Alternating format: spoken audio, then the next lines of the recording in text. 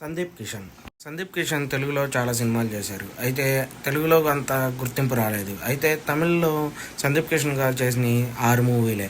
అయితే ఆ 6 మూవీలతోనే సందీప్ కిషన్ గారు తమిళ్లో బాగా ఫేమస్ అయ్యారు. ఎందుకంటే తమిళ్లో యాక్టింగ్ కూడా చాలా బాగా చేశారు సందీప్ గారు. అలా అని చెప్పి తెలుగులో చేయలేదని కాదు, దేనికో తెలుగులో వర్కౌట్ అవ్వాల.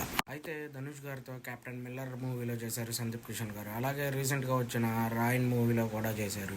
ఈ 2 మూవీస్లో యాక్టింగ్ పరంగా అయితే సందీప్ కిషన్ గారు చాలా బాగా చేశారు.